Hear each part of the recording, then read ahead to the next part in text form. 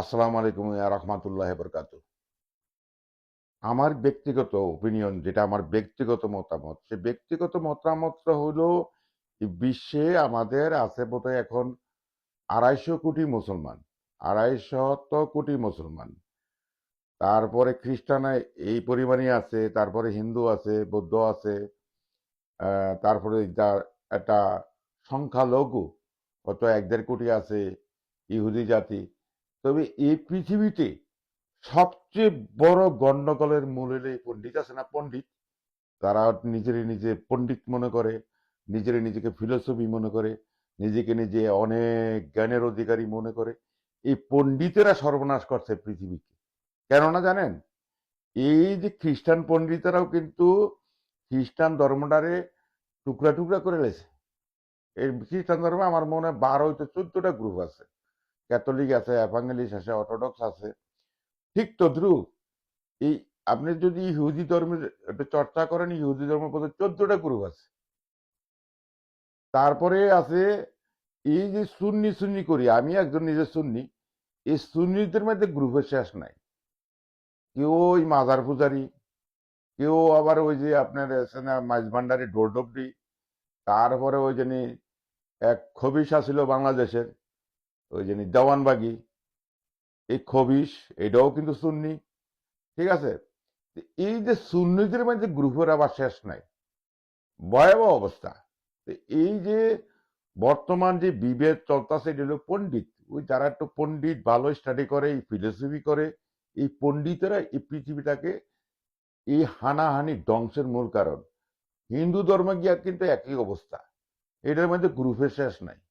ওই আমি মালয়েশিয়া গেছি, ওইখানে আবার তামিল আছে প্রচুর। তামিলটা আবার মন্দির তৈরি করে, বেশিরভাগ এরা হিন্দু ধর্মে বিশ্বাসী।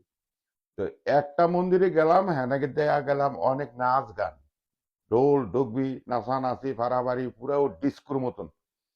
তো এটার পাশে আবার 8টা মন্দিরে গেলাম। তো ওইখানে আবার দেখলাম ওইখানে কোনো নাচ গান নাই।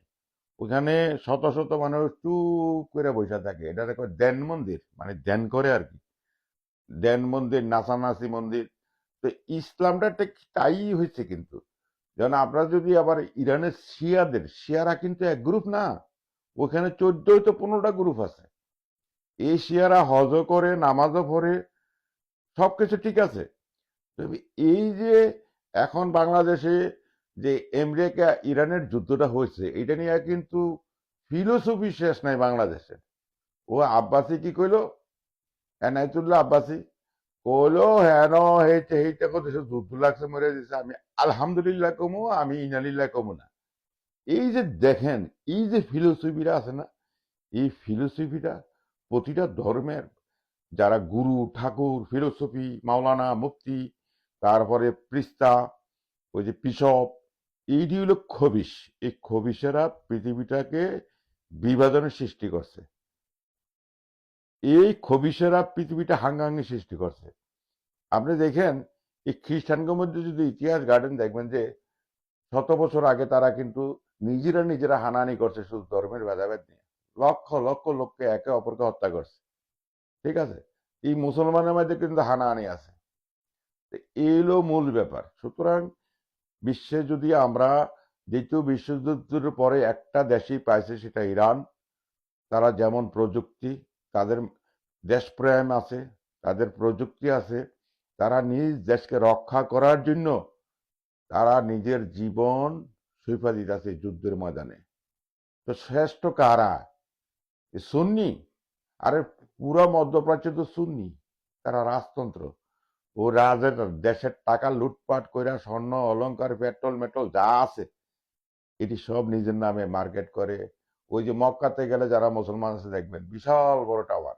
কত বড় বেয়াদব তারা! তোর একটা মক্কার পাশে এত বড় টাওয়ার করা দরকার ছিল? ওই যে ক্লক টাওয়ার না কি টাওয়ার বলে, সেখানে আমি 2বার গেছি। তো মূলত একটা ধর্মের, একটা মানুষের মূল্যায়ন তখনই আসে সে কতটুকু নিজের পরিবারের জন্য করছে, সমাজের জন্য করছে, দেশের জন্য করছে, বিশ্বের জন্য করছে, সেটা ইম্পর্টেন্ট। এই যে ভেদাভেদ, হানাহানি, মূলত এইসব ভেদাভেদ বাদকে আমরা এক ছাতির নিচে আসতে হবে আমরা সবাই মুসলমান, আমরা সবাই আল্লাহর পবিত্র কোরআনকে মানি, আল্লাহ রসুলকে মানি, তার সাহাবাদের মানি, সেটি ইউনিভার্সাল ট্রু, এবং গায়েবকে বিশ্বাস করতে হবে। সুতরাং এই হানাহানি বিবাদ এটা একটা ষড়যন্ত্রের অংশ, এটা পশ্চিমাদের ষড়যন্ত্রের অংশ, অন্য কিছু নয়। সেটি ইউনিভার্সাল ট্রু। তো দ্বিতীয় বিশ্বযুদ্ধের পরে সর্বশ্রেষ্ঠ জাতি হিসাবে আবির্ভূত হয়েছে আমি মনে করি এই ইরানের মুসলমান। তারা দেশের জন্য, তারা তাদের ধর্মের জন্য, তাদের সম্মানের জন্য, তাদের আত্মরক্ষার জন্য তারা নিজের জীবনকে বিলিয়ে দিতেছে। এর থেকে আর কি আছে? ওই বাংলাদেশের মতন আপনি মসজিদে যান, মন্দিরে যান, পাবলিক টয়লেটে যান, মাজারে যান, এমন কোন জায়গা আছে ভারতের দালাল ছাড়া উচ্চ শিক্ষিত মার্জিত বিসিএস ক্যাডার?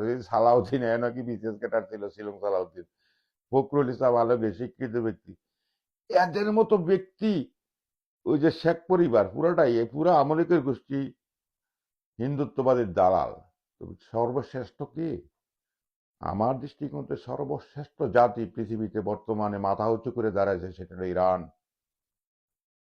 বাংলাদেশ জিন্দাবাদ, ইনকলাব জিন্দাবাদ, ওসমান হাদি জিন্দাবাদ।